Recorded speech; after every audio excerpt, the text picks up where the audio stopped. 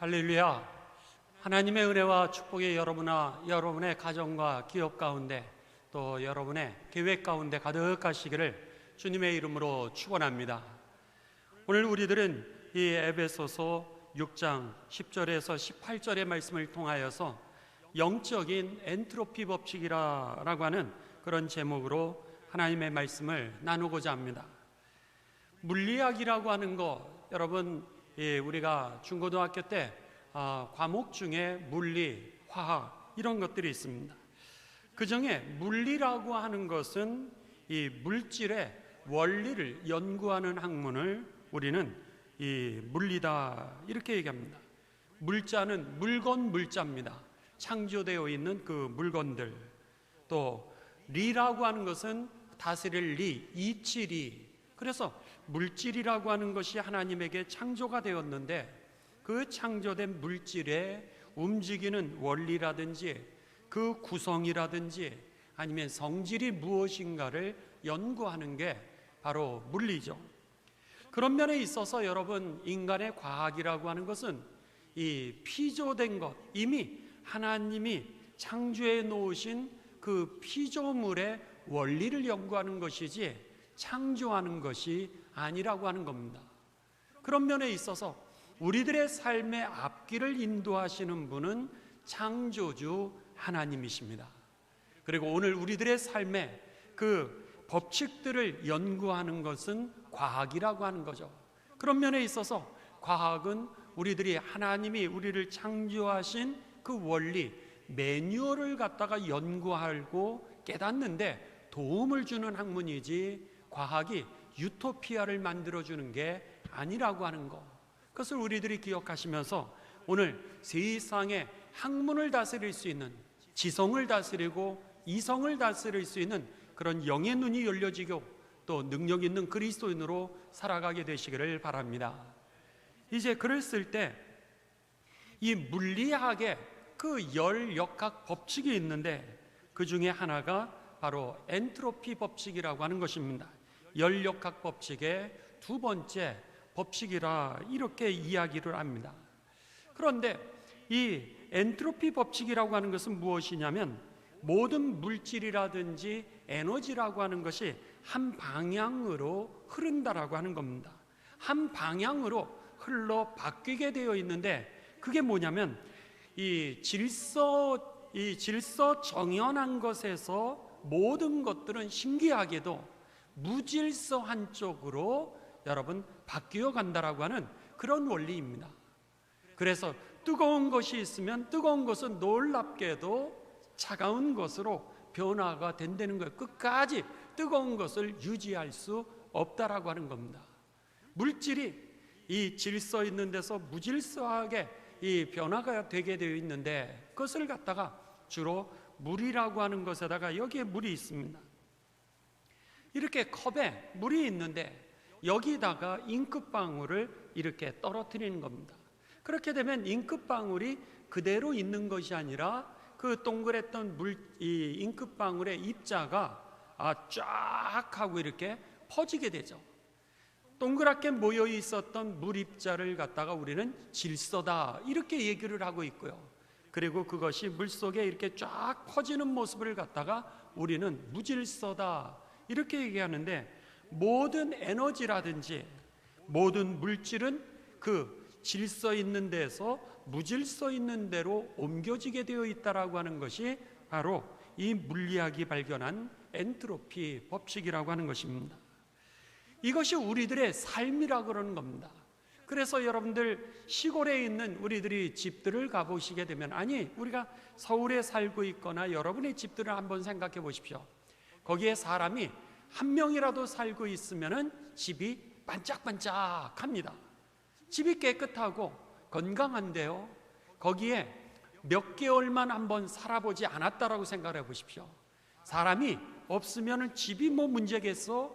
거기에 이 쇠로 되어 있고 돌로 되어 있으니까 문제가 하나도 없다라고 생각합니다. 그런데 시골 집들을 보게 되면은 지붕이 6개월이 있으면 가라앉는다는 거예요. 그리고 집에 골격이 있었던 나무들이 뒤틀어진다라고 하는 겁니다. 왠지 모르겠어요. 집도 마찬가지입니다. 사람이 살지 않고 일주일만 비게 되면요, 집에서 오물 냄새가 나기를 시작합니다. 한 달만 비워보십시오. 그러면요, 집에 그 개미라든지 아니면은 벌레들이 번창하기를 시작합니다. 그러면서 그 벌레들이 집 안에 있는 나무들을 갉아먹는다는 거예요. 그래서 시골에 있는 집들이라든지 지붕이 아무도 건드리지 않았는데도 불구하고 잡초로 덮이게 되고, 그리고 나무들은 뒤틀어지게 되고, 지붕이 가라앉는 이유는 거기에 벌레들이 살고 있기 때문에 그 벌레가 이 집을 갖다가 폐허로 변화시킨다라고 하는 겁니다. 이것이 바로 자연이라고 하는 겁니다. 우리들이 살고 있는 이 세상이 하나님이 만드신 법칙 중에 하나가 바로 질서라고 하는 것에서 가만 내버려 두면은 다 무질서하는 거로 옮겨가게 되어 있다라고 하는 거죠. 여러분, 휴가를 일주일 동안 한번 했다라고 생각해 보십시오. 맨 처음에는 쉬는 게 좋습니다. 그런데 일주일 주무시고 나면은 그 다음부터 무기력해지는 것을 우리들이 경험하게 됩니다. 질서에서 무질서의 삶으로 우리들이 변화가 되는 것이죠. 오늘 본문 말씀이 바로 그런 말씀입니다. 세상의 삶의 환경 속에서 물리적인 엔트로피 법칙이 있는 것처럼 영적인 엔트로피 법칙이 있다라고 하는 겁니다. 오늘 우리들이 긴장하지 않으면 우리들의 믿음도 여러분 엔트로피 법칙처럼 무너지게 되어 있다라고 하는 것이죠. 코로나가 계속되어지고 있습니다. 그러면서 우리들은 새벽 기도를 일어나면 여러분들이 새벽 5시 반에 드리는 것이 아니라 그냥 일어나면 예배를 드리고 있습니다. 또 수요 예배도 마찬가지로 여러분들이 7시 반이면 예배를 드렸었는데 7시 반에 예배를 안 드려도 직장에서 예배를 드리거나 또 착간에서도 예배 드리게 되었습니다. 금요 기도회도 저녁 때가 되면은 우리가 모여서 기도했는데 이 코로나로 모이지 못하게 되면서 이 기도회도 영상으로 여러분들이 예배를 드리고 있습니다. 주일 예배도 마찬가지입니다. 그런데 한번 생각해 보십시오. 처음에는 우리들이 옷도 깨끗이 입고, 그리고 화면에 나오는 것처럼 광고처럼 의자에 앉아가지고 주일 예배처럼 옷을 입고 있다가 예배를 드리고, 그리고 예물을 드리더라도 우리가 이제 정성스럽게 예물을 준비했다가 모았다가 교회로 가져오시든지 아니면은 온라인으로 예물을 드렸습니다. 그랬는데 지금 몇 개월이 지났습니다. 2월 마지막 주부터 오늘까지 우리가 약 6개월을 지나오지 않았습니까? 7개월째 됐을 때 여러분들이 새벽 기도 드리는 것을 한번 생각해 보십시오. 새벽 5시 반에 일어나서 준비했다가 씻고 예배를 드리시는 분 몇 분이나 계시나요? 아마 여러분들이 일어나신 다음에 그냥 침대에서나 아니면 여러분이 이제 형편이 닿는 그 자리에서 유튜브를 열고 그리고 예배를 드리실 겁니다. 수요 예배, 여러분 시간을 맞춰서 예배 드리시나요? 아니면 옷을 깨끗하게 정돈해서 여러분 예배를 드리시나요? 아니면 헐렁헐렁한 바지들, 아니면 때로는 주일날에는 일어나자마자 늦게까지 잠을 자다가 오늘 이 잠옷을 입은 그대로 어떨 때는 씻지도 않고 하나님 앞에 예배를 드리고 헌금도 모아놓을 것도 없습니다. 그냥 보내면 되지. 그러면서 여러분의 신앙의 그 경건의 모양들이 이렇게 흐트러지지는 않았습니까? 7개월만 돼도 여러분 우리들이 이렇게 이 자유스러워지면서 나도 모르는 사이에 영적인 엔트로피 법칙이 내게 적용되고 있다라고 하는 사실을 우리들은 깨닫게 됩니다. 오늘 본문 말씀이 바로 그런 말씀입니다. 우리들이 믿음을 가지고 이제 예수님을 따라갑니다. 제자가 되겠다라고 우리는 결심을 했습니다. 그런데 우리가 믿음 생활을 하면서 가만히 내버려 두면 어떻게 되느냐? 결국은 여러분 마귀가 우리들을 갖다가 공격함으로 인하여서 오늘 우리들이 무너지게 된다라고 하는 겁니다. 영적인 능력을 잃어버리게 되면서 우리들이 이 마귀의 세력에 대하여서 대적해야 되는데, 제자로서 무장이 되어야 되는데 가만히 있다 보니까 영적인 무기력이 우리들에게 오게 된다라고 하는 겁니다. 그래서요, 이 바울은 빌립보서 2장 12절에 우리들에게 이렇게 가르쳐 줍니다. 여러분, 두렵고 떨림으로 구원을 이루십시오. 이렇게 얘기를 하죠. 두렵고 떨림으로 여러분들이 구원을 이루지 않는다면은, 오늘 우리들의 삶이 깨어있지 않는다면은 마귀의 그 영적인 무력함으로 이끄는 질서에서 무질서로 이끌게 되는 영적인 그 무력함의 법칙에 우리들이 그만 넘어지고 만다라고 하는 겁니다. 그렇다면 이 두렵고 떨림으로 우리가 구원을 어떻게 이룰 수 있을까? 그랬을 때 오늘 성경은 우리들에게 그 방법을 가르쳐 주고 있는데, 에베소서 6장 10절부터 18절의 말씀이었던 겁니다. 하나님의 전신갑주를 입으라는 거예요. 하나님의 전신갑주를 어떻게 입으라 그랬냐면 6장 14절입니다. 14절에 보면 진리로 허리띠를 띠고, 그리고 의의 호심경을 이제 붙이고, 의라고 하는 것으로서 여러분이 이제 이 방탄조끼를 입으라는 거예요. 진리라고 하는 것으로 허리띠를 띠고, 15절입니다. 그리고 하나님이 우리와 함께 계시니 평안하라고 하는 그 평안의 신발을 신고, 16절입니다. 그리고 믿음의 방패를 가지라는 거예요. 믿음의 방패를 가지면은 이 마귀가 쏘는 불화살을 우리가 막을 수 있다라고 하는 겁니다. 그리고 17절입니다. 구원의 투구를 쓰라는 거예요. 구원의 투구, 우리를 주님이 구원해 주셨음을 믿으시기를 바랍니다. 우리로 하여금 예수님의 십자가의 보혈의 능력이 우리의 죄의 문제를 해결하셨다는 거예요. 그것을 믿는 믿음을, 구원의 확신 있는 투구를 쓰고, 그 다음에 하나님의 말씀에 성령의 검을 가지라는 거예요. 말씀을 여러분 암송하시고, 말씀을 묵상하시고, 말씀을 자꾸 들으시길 바랍니다. 기록된 하나님의 말씀이 성경이었던 것이죠. 선포되어지는 하나님의 말씀이 바로 설교인 것입니다.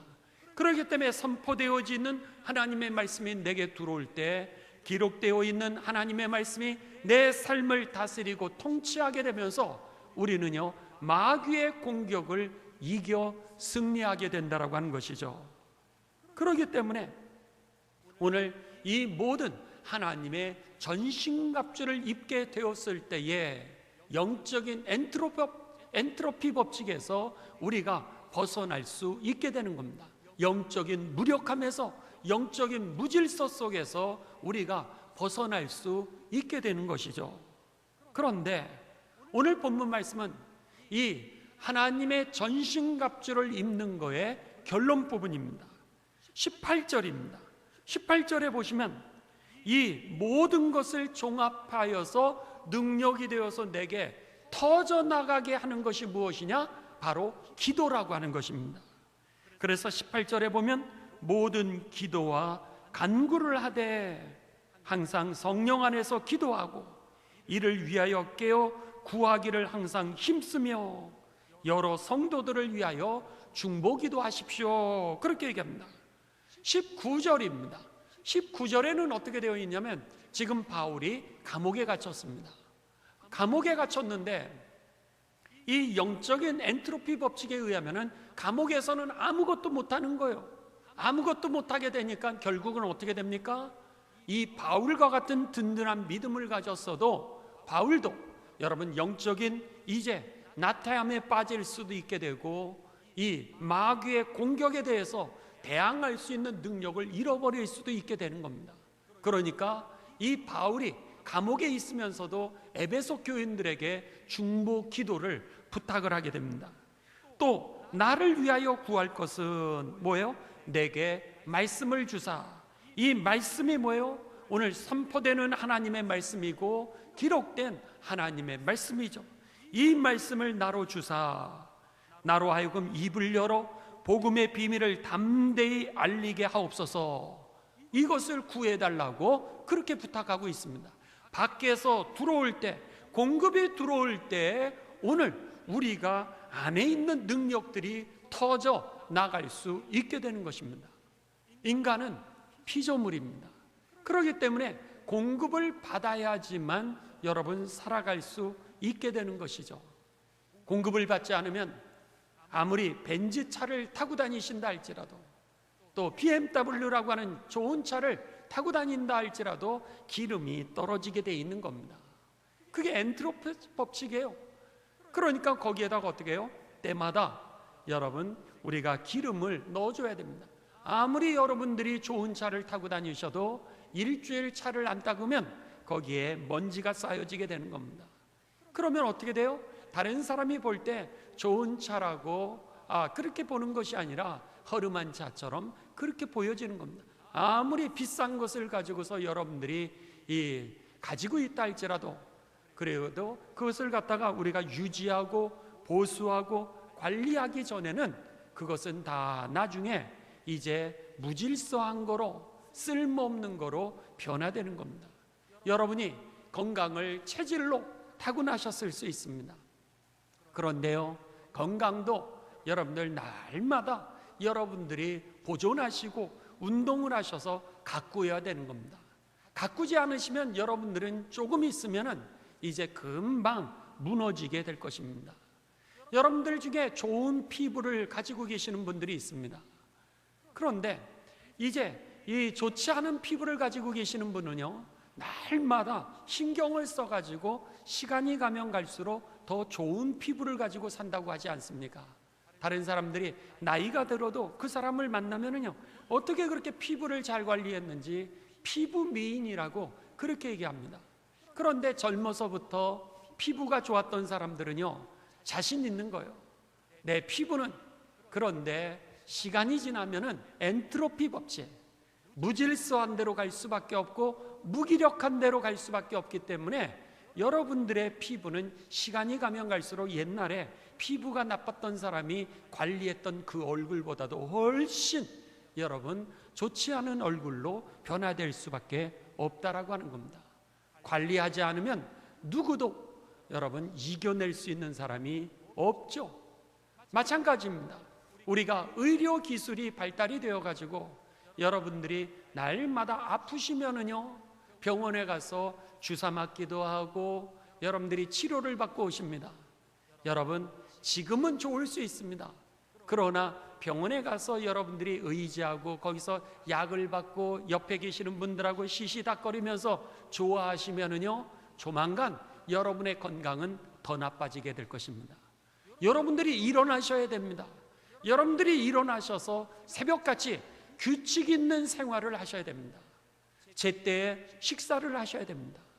그리고 제때에 여러분들이 운동을 하셔야 되고요, 제때에 여러분들이 사람들을 만나면서 활동을 하셔야 됩니다. 적절할 때 나오셔서 기도하시고 적절할 때 예배를 드리시는 그 습관을 들이지 않으시면은요, 지금 내가 병원에 몇천 원 내고 가서 치료약도 받고 주사도 맞고 거기에 가면 친구들이 있어서 그냥 얘기도 하고 지금은 좋을지 모르지만 조만간 모든 게 무너지기 때문에 여러분 규칙적인 운동과 규칙적인 식생활과 규칙적인 만남을 여러분들이 계획하셔야 되는 것입니다. 왜냐하면 밖에서 들어와야 우리들에게 이 안에 있는 능력들이 표출되는 겁니다. 우리가 전신갑주를 입는다, 하나님의 전신갑주를 입지 않으면은 우리들이 이제 싸울 수 없다라 그랬어요. 그까지 오늘 믿음을 가지고 있어도 최후의 승리를 할 수 없다라 그랬습니다. 그런데 이 무기들이 나가기 위해서는 공급되어야 되는 것이 있는데 그게 뭐냐면 기도라고 하는 것입니다. 그래서 이 기도가 우리들에게 임하게 될 때에 우리가 비로소 그 다음부터는 활을 쏠 수 있게 되고 방패를 쓸 수 있게 되는 거죠. 그렇지 않으면 오늘 우리들의 집이 6개월이면 여러분 나무가 뒤틀어지고 지붕이 가라앉는 현상과 똑같은 것이 나타난다라고 하는 겁니다. 그런 면에 있어서 기도라고 하는 것은요, 골방에 앉아서 우리가 눈물을 흘리며 도피하는 게 기도가 아닙니다. 기도라고 하는 것은 정복이라고 하는 겁니다. 오늘 사단마귀의 엔트로피 법칙, 무질서한 대로 나를 갖다가 자꾸 이끌라고 하는 그 자리에 내가 그 사단마귀와 싸워 이기도록 하는 것이 바로 기도라고 하는 것을 꼭 기억하시기 바랍니다. 에베소서 2장 2절에서 3절은 바울은 오늘 이 영적인 엔트로피 법칙, 우리들에게 하나님의 전신갑주를 입어야지만 이길 수 있다라고 하는 것을 가르쳐 주기에 오늘 우리들의 삶의 환경에 대하여 이렇게 가르쳐 주고 있습니다. 에베소서 2장 여러분 2절에서 3절을 한번 보시기 바랍니다. 여기에 보시면 그때 너희는 그랬습니다. 그때 너희는 그 가운데서 행하여 이 세상 풍조를 따르고, 이 세상 풍조에 대해서 가르쳐 줍니다. 근데 이 세상 풍조를 누가 다스리냐면 공중의 권세 잡은 자를 따랐으니, 아하, 공중의 권세 잡은 자가 이 세상의 풍조를 다스리는 거예요. 곧 지금 불순종의 아들들 가운데에서 역사하는 영이라.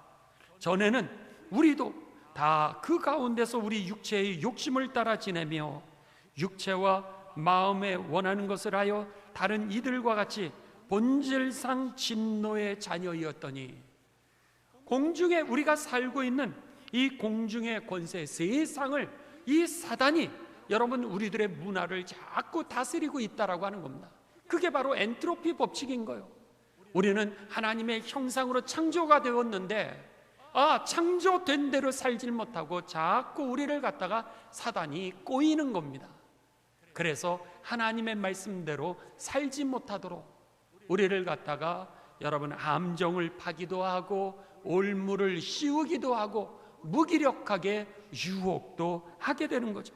그래서 오늘 우리들이 사는 세상이 그렇게 힘든 겁니다. 여러분 오늘날만 코로나가 있어서 힘든 게 아니었습니다. 세상은요 처음부터 힘들었습니다. 그러니까 아브라함을 보십시오. 아브라함을 보시면은 약속의 땅 가나안 땅을 향해서 열심히 따라갔어요. 몇백 킬로나 되는 것을 갖다가 갈 곳을 알지 못하고 딱 갔는데 가나안 땅에 도착하니까 어떻게 되는 거예요? 가뭄이 있었습니다.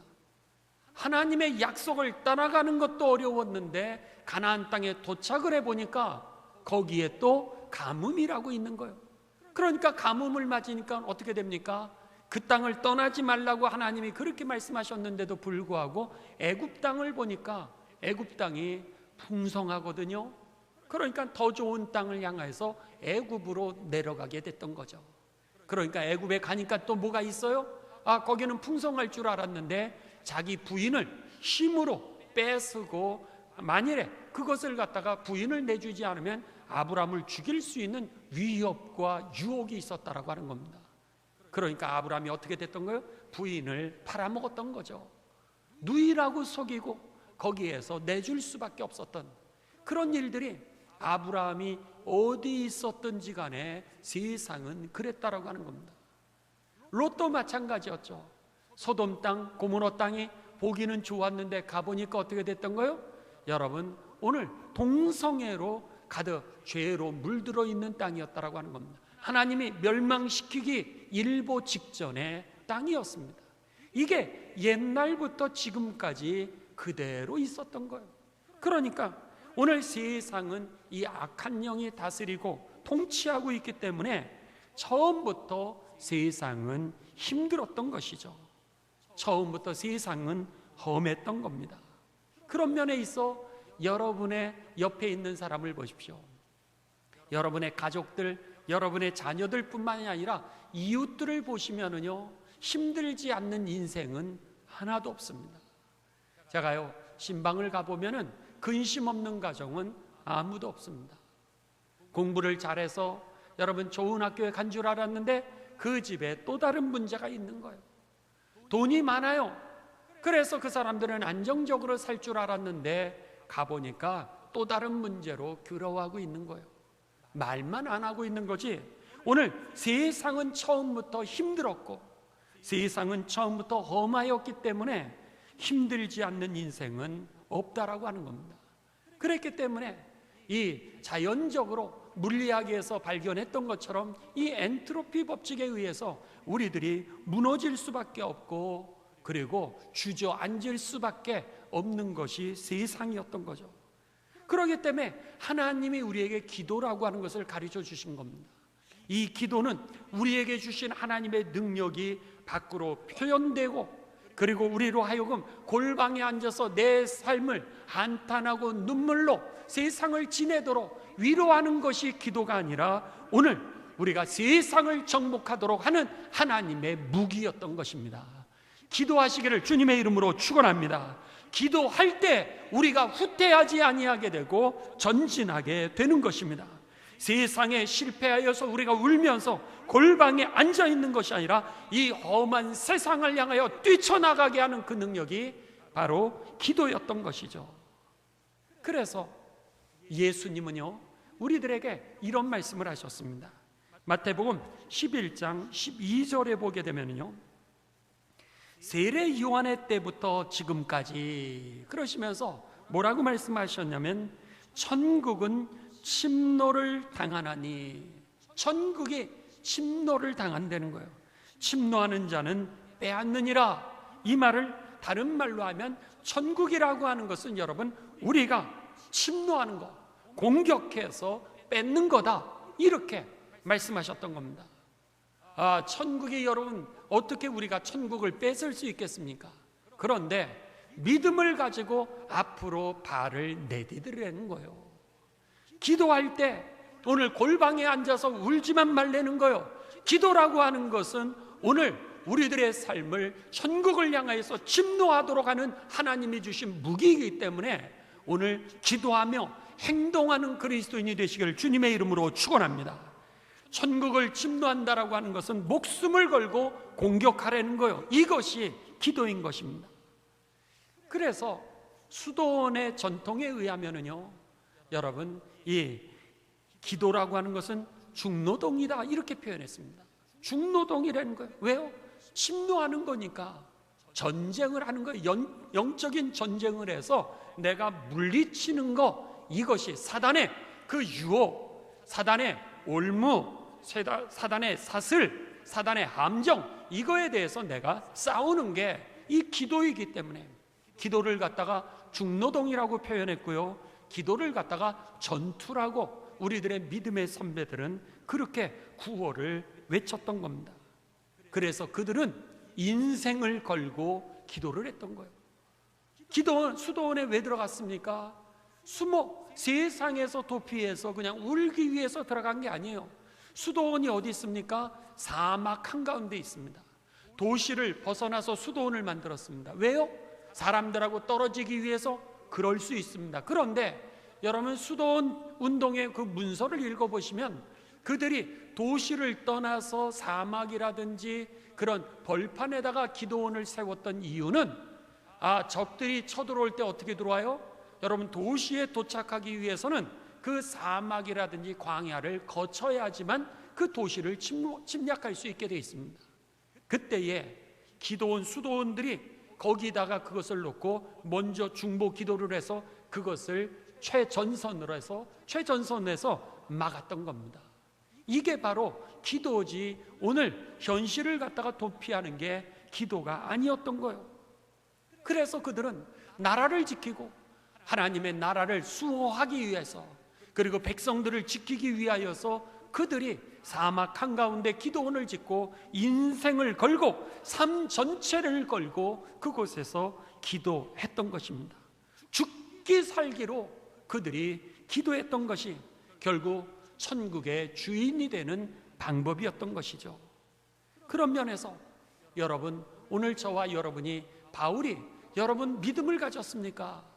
그렇지만 여러분들이 하나님의 전신갑주를 입기 전에는 끝까지 여러분들이 서서 이 싸움에서 이겨서 마귀와 싸워 이겨서 승리하여 최후까지 든든하게 쓸 수 없는 것입니다. 그러니 이 하나님의 전신갑주를 입으십시오. 그렇게 얘기하고 나서 결론이 뭐였어요? 18절이었던 겁니다. 여러분, 나를 위해서도 기도해 주십시오. 이 말에 기도하십시오. 전심으로 기도하십시오. 이 기도가 능력인 것입니다. 하루하루 빚이라면 여러분 안 됩니다. 그렇다면 인생이 가면 갈수록 기울어지게 될 것입니다. 이 얘기가 바로 바울의 이야기였던 것입니다. 여러분, 그렇습니다. 오늘 본문 말씀을 여러분 꼭 기억하시면서, 그렇구나, 영적인 엔트로피 법칙이라고 하는 것이 있구나. 물리적인 엔트로피 법칙은 질서에서 무질서로 가는 것처럼 영적인 것도 깨어있지 않으면 오늘 여러분 무질서한 대로 무기력한 그리스도인으로 가게 된다는 거예요. 7개월 동안 이 코로나가 우리로 하여금 회개하라, 그런 메시지를 주었지만 또 한편으로 그 생각만 가지고 기도하지 않는다면 영적인 엔트로피 법칙으로 이제는 새벽기도 꼭 교회 가야 되나, 수요일 꼭 교회 가야 되나, 주일 어디 가서든지 그냥 영상으로 예배드리면 되지, 헌금 11조 그냥 보내면 되지. 여러분, 이렇게 영적으로 무기력하게 우리를 사탄이 유혹한다라고 하는 거, 경건의 모양을 갖고 있는 것처럼 만들지만은 경건의 능력을 다 잃어버리게 할 수 있다라고 하는 것을 우리들이 꼭 기억해야 할 것입니다. 에밀 레종, 여러분 잘 아시지 않습니까? 그 유명한 에밀 레종이 그런 아름다운 소리가 어떻게 날까 사람들이 그렇게 신기해했습니다.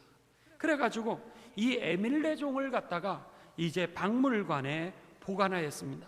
그 소리를 잃지 않기 위하여서 박물관에 보호를 했습니다. 그런데 이 93년에 연합뉴스에 보면은 93년부터 그 아름다운 소리를 냈던 에밀 레종을 박물관에 보관을 했는데 98년 뉴스에 어떻게 나왔냐면 박물관에 보관되어 있었던 에밀 레종은 더 이상 타종을 할 수 없는 상태로 이제는 변화되었다라고 하는 겁니다. 보관을 하면은 여러분 그 종이 더 좋아질 줄 알았는지 아니면 보관이 그대로 될 줄 알았는지 생각을 했는데 이제는 종을 칠 수 없는 상태로 바뀌었다는 거예요. 기계는 써야 되는 겁니다. 종은 쳐야 되는 겁니다. 믿음은 기도해야 되는 것입니다. 그랬을 때 능력을 얻어 우리가 오늘 끝까지 마귀와의 싸움에서 승리하게 되고 하나님의 나라를 유지할 수 있음을 꼭 기억하시면서 오늘 깨어 기도함으로 천국은 침노하는 자의 것이라 그랬는데 침노하는 가운데 저와 여러분이 승리하는 믿음이 되시고 그리고 최후의 하나님 앞에 든든하게 쓰는 그런 삶이 되시기를 주님의 이름으로 축원합니다. 주님의 이름으로 축원합니다.